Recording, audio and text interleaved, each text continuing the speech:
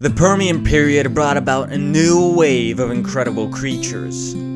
It was the age of reptiles, if you will. They grew to large sizes, found new, innovative ways of dealing with the climate, predation, and harsh environments. It was going fantastically. If this kept going, then maybe they could prosper into the greatest creatures the planet had ever seen. Oh. Never mind. A series of terrible natural disasters led to the greatest mass extinction our planet has ever seen, with about 85 to 90% of all living creatures being wiped out at the time. So how would they recover? And how would this lead into the greatest creatures to ever walk on land? This would all be answered in the Triassic period.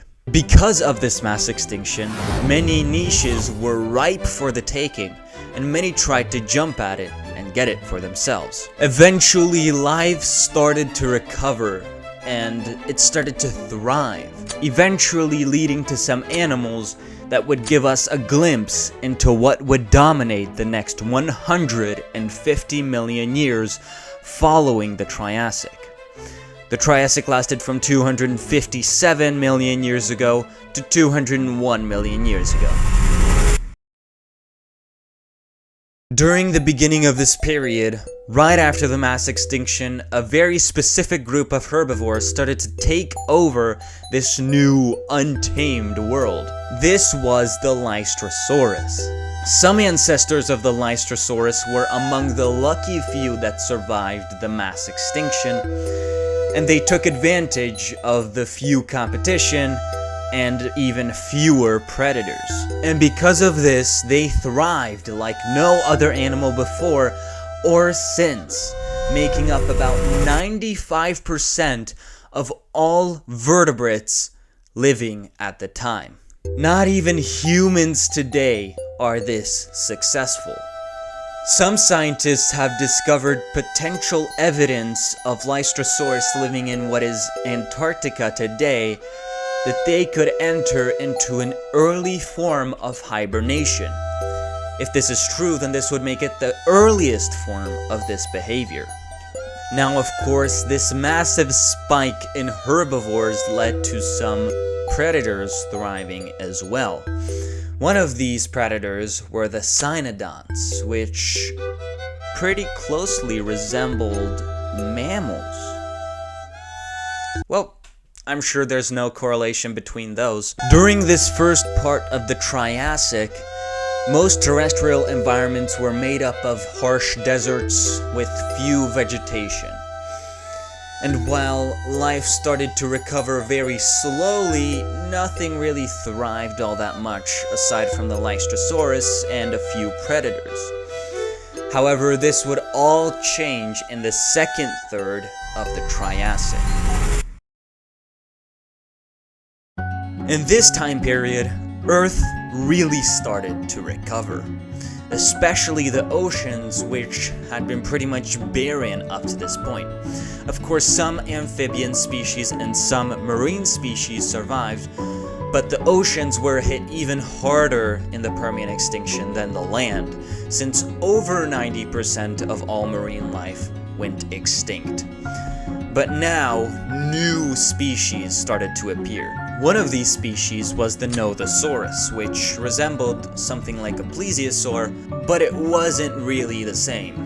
Some people believe it may have been semi-aquatic, living much like a modern-day seal or sea lion would. Another more famous marine animal that appeared during this time was the ichthyosaurs, or Ichthyosaurus. These guys resembled modern-day dolphins, except they were much, much larger.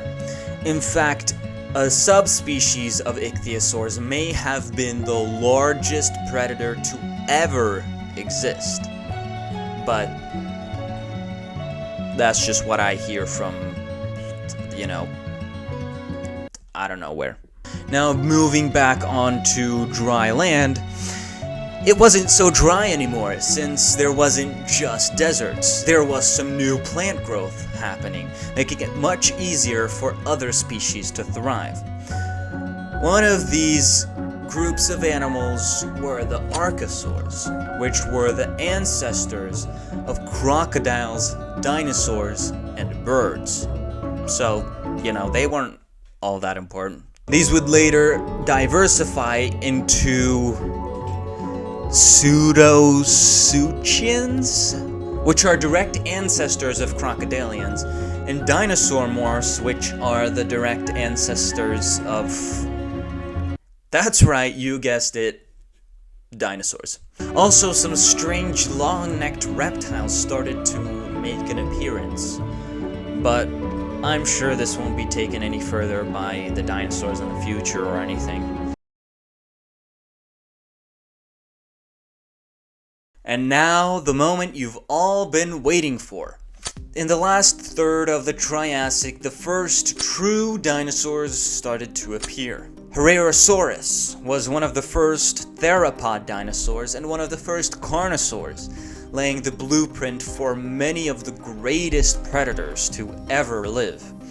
Alongside these, the other apex predators were the early crocodilians, which have barely changed their designs over these 200 million years that they have existed. And most importantly, in the darkness of burrows and caves, a brand new kind of animal made its first appearance. This was possibly the strangest animal ever seen on the planet up to this point. Why? Because, strangely enough, it was covered in fur. And what? It gave birth to live young? Gross. This was the first mammals. They were shrew-like little guys that fed mostly on insects. And unfortunately, they would have to wait another 150 million years until their time would come. And it's going to be a lot more time before I can discuss that because we have 2 more periods to discuss before then.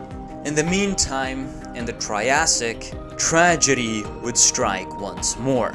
Another mass extinction caused by a series of volcanic eruptions where the continent of Pangaea split in half. This would eventually form into the Atlantic Ocean, but as for right now, it would mean death for about 70 to 80% of all living things at that time. Most animals that had taken advantage of this untamed land left by the Permian extinction were now gone. But do you know who wasn't gone? That's right, dinosaurs, crocodilians, and mammals. With the dinosaurs soon becoming the greatest animals to ever walk on land. But we'll have to discuss that some other time, because as for right now, this is where the Triassic ends. And in the next one, we might just discuss the... Anyways, I hope you enjoyed this little video. If you did, like, subscribe, all the generic stuff that all YouTubers ask you to do. But also, leave a comment. Tell me how your day has been. Tell me tell me something new you learned. Tell me something that I got wrong, because I get information wrong sometimes. I'm not perfect. Anyways, have a wonderful day. I'll see you in the next one.